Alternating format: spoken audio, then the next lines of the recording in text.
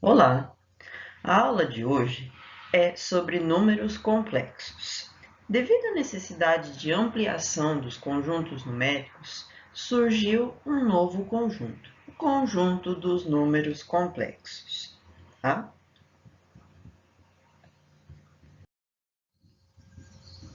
Desde o século XII, Bhaskara já vem estudando as equações do segundo grau, mas Tartaglia foi o autor de uma fórmula para resolver essas equações. Mas ele não fez isso sozinho, ele chamou Cardano para poder ajudá-lo.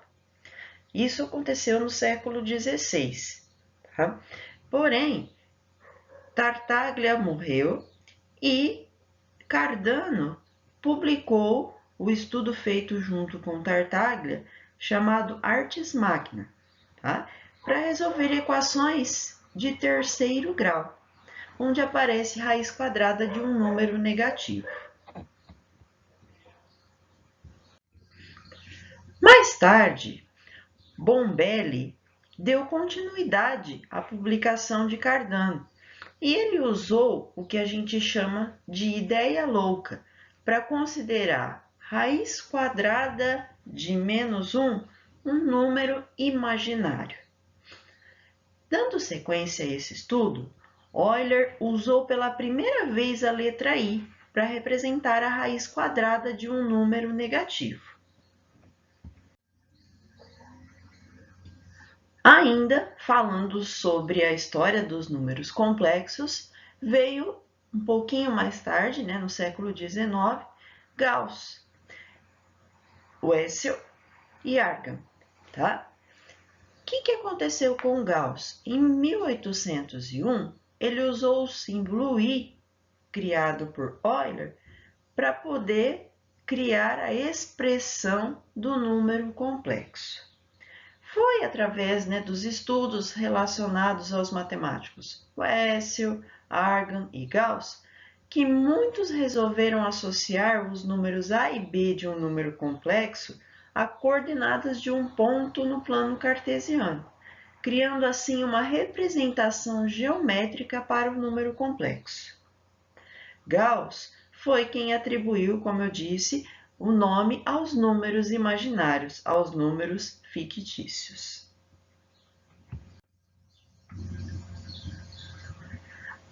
As equações do segundo grau surgiram há cerca de 1700 anos antes de Cristo, quando apareciam raízes quadradas de números negativos, concluía-se que o problema não tinha solução. Isso era difícil de acontecer, porque na maioria dos problemas eram formulados a partir de uma situação concreta. O que realmente motivou a ampliação do conjunto dos números reais foram as resoluções das equações de terceiro grau, em que apareceram raízes de números negativos. No final do século XVIII, no início do século XIX, como eu disse anteriormente, matemáticos como Tartaglia, Cardano e Bombelli tentaram resolver problemas relacionados às equações cúbicas, que são as equações de terceiro grau, e enfrentaram um problema semelhante ao que vivenciamos agora: como determinar a raiz quadrada de um número negativo. Para responder a este questionamento, foi necessário a ampliação do conjunto dos números reais. Por isso, então, surgiu o conjunto dos números complexos, para que a gente possa resolver situações onde aparecem raízes quadradas de números negativos.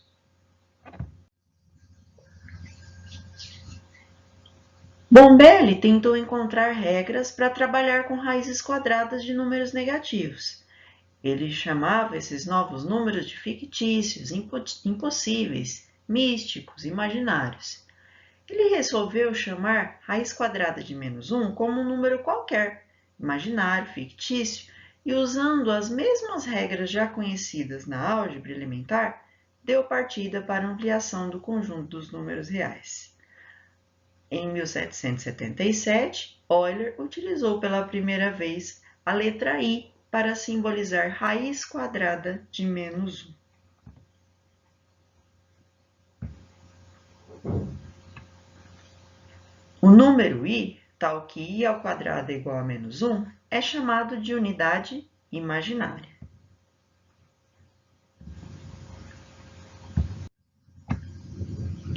Aí vem o conjunto dos números complexos.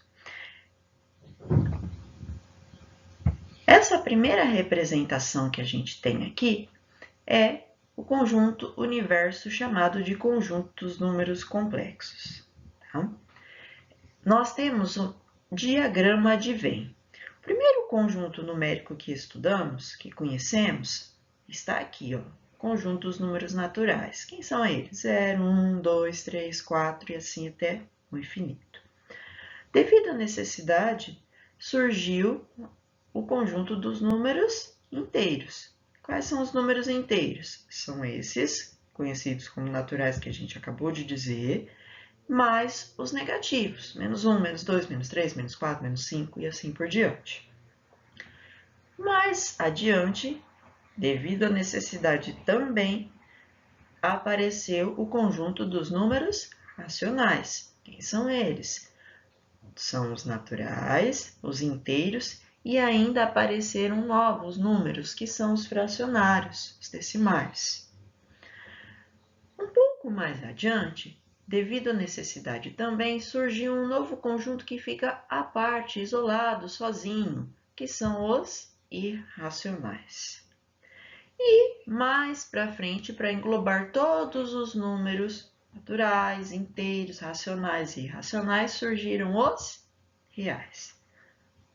Porém, devido à necessidade, conhecida pela história, nós precisamos de um novo conjunto numérico para englobar todos esses, onde a gente possa também solucionar problemas onde aparecem raízes quadradas de números negativos.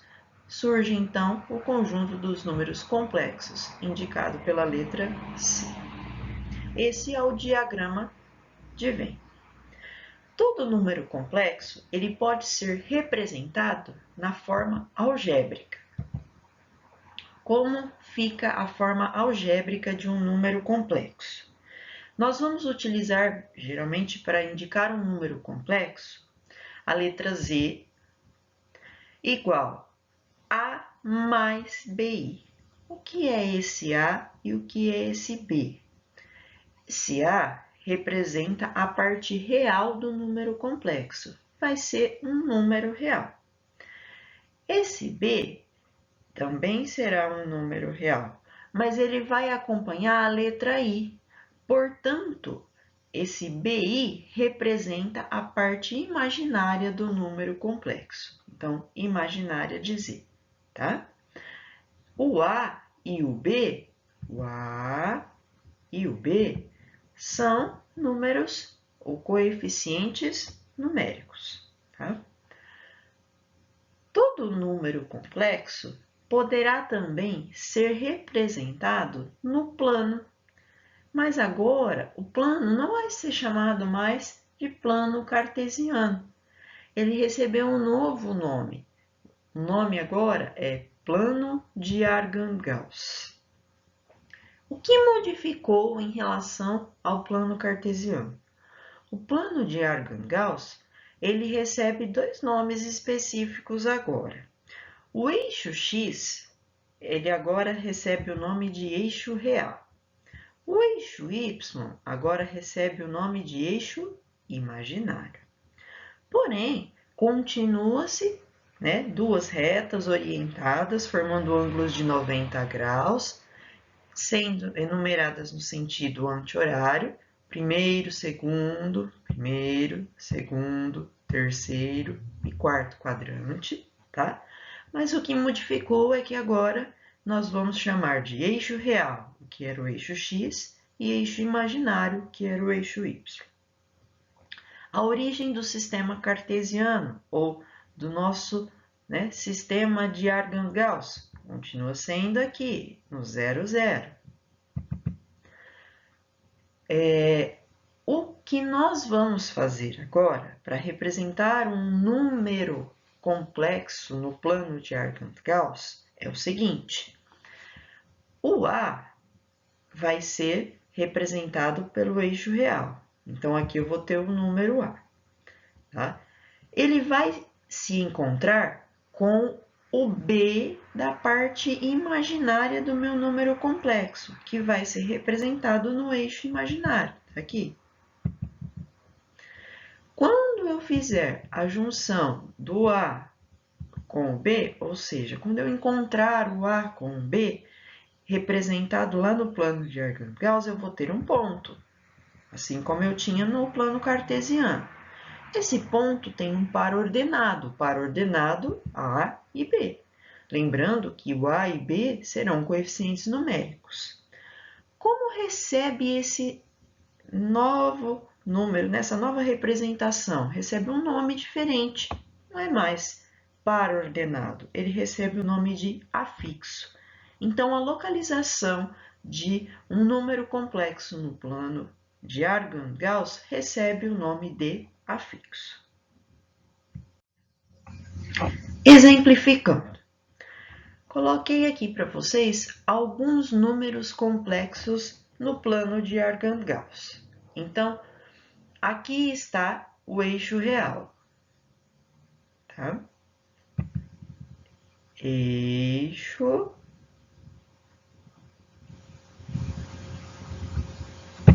real.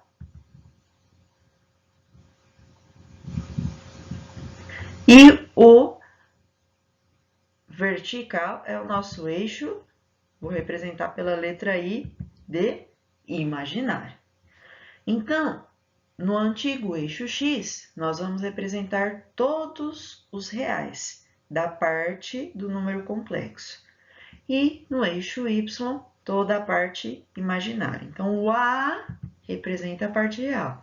E o B do número complexo, na sua forma algébrica, Z igual a mais BI. Correto? Vamos lá. O primeiro número complexo que eu tenho aqui, eu chamei de Z, está aqui, ó. Ele tem o menos 2, o seu afixo dele está aqui, que é a localização dele no plano de Argand-Gauss. Ele tem o menos 2 da parte real e o 1 da parte imaginária. Então, como ficou a sua forma algébrica? Está aqui ele, ó. Z igual a menos 2 mais 1i. Que quadrante que ele está localizado? No segundo quadrante. Vamos para o Z2. Onde que está o Z2? Tá aqui, ó. Z1, desculpa, né? Não Z2. Tá aqui. Ó, parte real, 3. Parte imaginária, menos 2. Eles se encontraram. O afixo dele está aqui. Qual é a sua forma algébrica? 3 menos 2i. Que quadrante que ele está? No quarto quadrante. Agora o Z2. Z2 está aqui. A sua localização, ou seja, o seu afixo, está exatamente em cima do eixo real. Então, se está exatamente em cima do eixo real, quer dizer que eu não vou ter nada na parte imaginária. A parte imaginária seria 0. Então, como ficaria a representação desse número na forma algébrica? Z2 é igual a 5. Aí vocês vão dizer, mas cadê a parte imaginária? A parte imaginária seria 0i. Porém, a gente não tem necessidade de colocar. Então, a gente diz que ele é um número real puro. E ele pertence ao eixo real. O Z3. Onde que está o Z3? O Z3 está aqui, ó.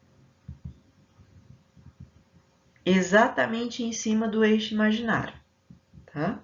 Ó o pontinho, que é o afixo representação. Então, agora é o oposto do anterior. Se ele está no eixo imaginário, quer dizer que a parte real não existe, é igual a 0. Então, seria, como fica a representação algébrica? Z3 seria 0 menos 2i. Porém, não preciso colocar esse 0, então fica apenas menos 2i. a gente diz que ele é um número imaginário puro. E ele pertence ao eixo imaginário. E o Z4? Olha o Z4 aqui, ó. Olha o afixo dele, que é a localização dele no plano de Argand-Gauss. Ele tem 2 para o eixo real e 1 para o eixo imaginário. Então, como fica a sua representação na forma algébrica? Z4 é igual a 2 mais 1i, ou apenas 2 mais i. E que quadrante que ele está localizado? No primeiro quadrante. Tudo bem? Acredito que essa parte está ok. Vamos falar agora das operações envolvendo os números complexos. Aqui nós temos a adição e a subtração. Dados os dois números complexos, Z1 igual a 6 mais 5i, Z2 igual a 2 menos i. Calcule a sua soma, Z1 mais Z2. Como nós vamos adicionar dois números complexos? Qual é a regra? A regra é que eu só posso adicionar parte real com parte real, parte imaginária com parte imaginária. Então, eu vou juntar os coeficientes da parte real e os coeficientes da parte imaginária. Quem com quem, então? Quem é da parte real? O 6 do Z1 e o 2 do Z2. Então, vai ficar 6 mais 2. Quem é da parte imaginária? 5i e menos 1i. Então, vai ser 5i mais menos 1i, que fica 5i menos 1i. Quem eu juntei com quem? Parte real com parte real de cada um deles e parte imaginária com parte imaginária de cada um deles. 6 mais 2, 8. 5i menos 1i é igual a 4i. Então, ficou 8 mais 4i. Essa é a forma algébrica da soma do número complexo Z1, 6 mais 5i, com o número complexo Z2, 2 menos i. Tá? Z1 mais Z2 é igual a 8 mais 4i, certo? E a subtração? A subtração, a regra é a mesma. Tá? Peguei os mesmos números complexos, 6 mais 5i e 2 menos i. Agora, não é mais soma, tá? É subtração. Aí vocês vão falar assim, mas por que está a soma aqui? Porque, na verdade, quando a gente vai fazer a subtração, vai ficar assim, ó. 6 mais 5i menos 2 menos i. Esse menos, que é a operação subtração que aparece antes do parênteses, faz com que eu troque todos os sinais de quem está lá dentro do parênteses, tá? Então, ao invés de fazer a subtração, a gente também pode fazer a soma. Ah, mas tem necessidade? Não, nós podemos fazer direto. A regra é a mesma que a adição. Eu vou adicionar parte real com parte real, parte imaginária com parte imaginária. Então, fica assim. 6 menos 2 mais 5i mais 1i. Opa, mas por que ficou mais 1i? Porque não é menos 1i? Lembra que eu disse? Esse menos que está aparecendo aqui antes do parênteses faz com que todos os sinais que estão lá dentro sejam trocados. Então, menos 1i, eu vou fazer a regrinha de sinal. Vai ficar 1i. Então, juntei, olha lá, subtraí, né, na verdade. 6 menos 2, tá aqui, ficou 4. 5i mais 1i ficou 6i. Então, a representação na forma algébrica da subtração do número complexo Z1, 6 mais 5i, menos o Z2, 2 menos 1i, vai ser dado por 4 mais 6i. Ok? Espero que tenha ajudado até aqui. É bem simples. Qualquer dúvida, a gente se fala depois. E eu deixei aqui por último a situação que foi proposta lá no início da história dos números complexos. Como resolver equações onde aparecem raízes quadradas de números negativos. Então, agora, nós vamos resolver uma equação do segundo grau, não é de terceiro ainda, mas onde aparece raiz quadrada de número negativo. Até então, quando isso acontecia, a gente sabe que nós dizíamos dentro do conjunto dos reais que essa equação não tinha solução.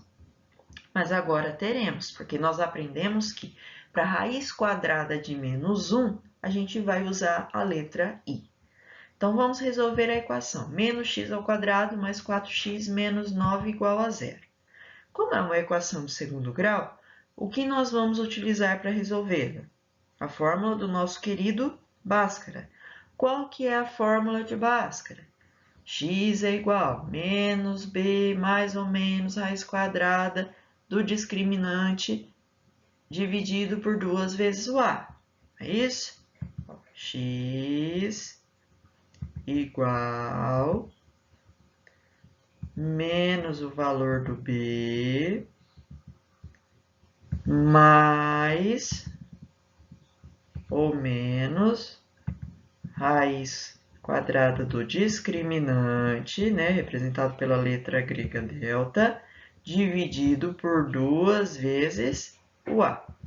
De onde que sai esse a, esse b, esse c? O a, o b e o c são os coeficientes numéricos da minha equação de segundo grau. O a é o que acompanha a variável elevada ao quadrado. Quem é? Menos 1. Menos 1. O b, quem é? É o que acompanha a variável x, que no caso é o 4. E o c, o termo independente, que fica sozinho. Quem que é aqui no caso? Menos 29. Agora, nós vamos substituir esses valores lá na equação, na fórmula de Bhaskara. Porém, na fórmula de Bhaskara, a gente costuma resolver ela por partes. Nós fizemos primeiro o cálculo do discriminante e depois a gente substitui dentro da fórmula completa. Então, ficou assim. Como que a gente calcula o discriminante? O discriminante é dado pela seguinte fórmula. Discriminante é igual a b ao quadrado menos 4 vezes a vezes c. Então, discriminante vai ser igual. Quanto vale o b? Vale 4, então 4 ao quadrado. Menos 4 vezes, quanto vale o a? Menos 1. Vezes, quanto vale o c? Menos 29. Discriminante vai ser igual. 4 ao quadrado, 16. Aí depois, menos 4 vezes menos 1 vezes menos 29 ficou menos 116. Por quê? A gente tem que fazer a regrinha de sinal. Menos vezes menos, mais vezes menos, menos. Discriminante vai ser igual. 16 menos 116 é igual a menos 100.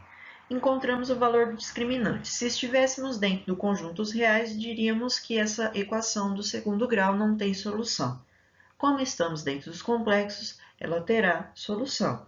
Então, a gente vai dar continuidade nela. Vamos substituir lá na fórmula de Bhaskara. Então, x é igual. Quanto que vale o b? b vale 4. Então, ficou menos 4, mais ou menos, raiz quadrada do discriminante, que é menos 100, dividido por 2 vezes menos 1, que é o valor do a. Quanto que deu isso aqui? Bom, eu coloquei aqui separadinho a resolução dessa parte da raiz quadrada. Como que eu posso escrever o menos 100? O menos 100 ele pode ser escrito como o produto de 100 vezes menos 1. Por que 100 vezes menos 1? Por que você escolheu esses números? Primeiro, por que o menos 1? Porque a gente sabe que, de acordo com o conjunto dos números complexos, o Euler, né, que colocou isso para nós, a raiz quadrada de menos 1, a gente vai substituir pela letra I. Então, por isso que nós vamos escrever o menos 100 como produto de menos 1 vezes 100. Mas e se fosse menos 64. A gente escreveria menos 1 vezes 64. E se fosse menos 25, nós escreveríamos menos 1 vezes 25, com o intuito de aparecer a raiz quadrada do menos 1. Então, vai ficar raiz quadrada de menos 1 vezes raiz quadrada de 100. Quanto que é a raiz quadrada de menos 1? I. Quanto que é a raiz quadrada de 100? 10. I vezes 10 é igual a 10i. Vamos voltar para a nossa fórmula agora. Aqui eu só resolvi a parte da raiz separadinho para vocês entenderem de onde saiu. Então, x vai ser igual a menos b, que é menos 4, mais ou menos 10i, que é o que a gente encontrou no valor da raiz quadrada de menos 100, dividido por 2 vezes menos 1, que é menos 2.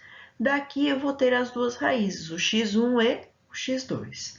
O x1 vai ficar menos 4 mais 10i dividido por menos 2. Como que eu faço isso? Eu vou dividir os 2 por menos 2. Menos 4 dividido por menos 2 é igual a 2. 10i dividido por menos 2 vai ser igual a menos 5i. Por quê? Positivo dividido por negativo fica negativo. 10i dividido por 2 fica 5i. Então, essa é a primeira raiz, o x1. Quem vai ser o x2? Menos 4 menos 10i dividido por menos 2. Mesmo processo. Menos 4 dividido por menos 2 é igual a 2. Menos 10i dividido por menos 2 é igual a 5i. Por quê? Menos dividido por menos, mais 10i dividido por 2, 5i. Então, qual é o conjunto solução da minha equação? O conjunto solução da minha equação será 2 menos 5i e 2 mais 5i, certo? Essa foi a nossa aula de hoje sobre números complexos, a parte 1. Em breve, daremos continuidade sobre o conjunto dos números complexos. Até mais. Obrigada.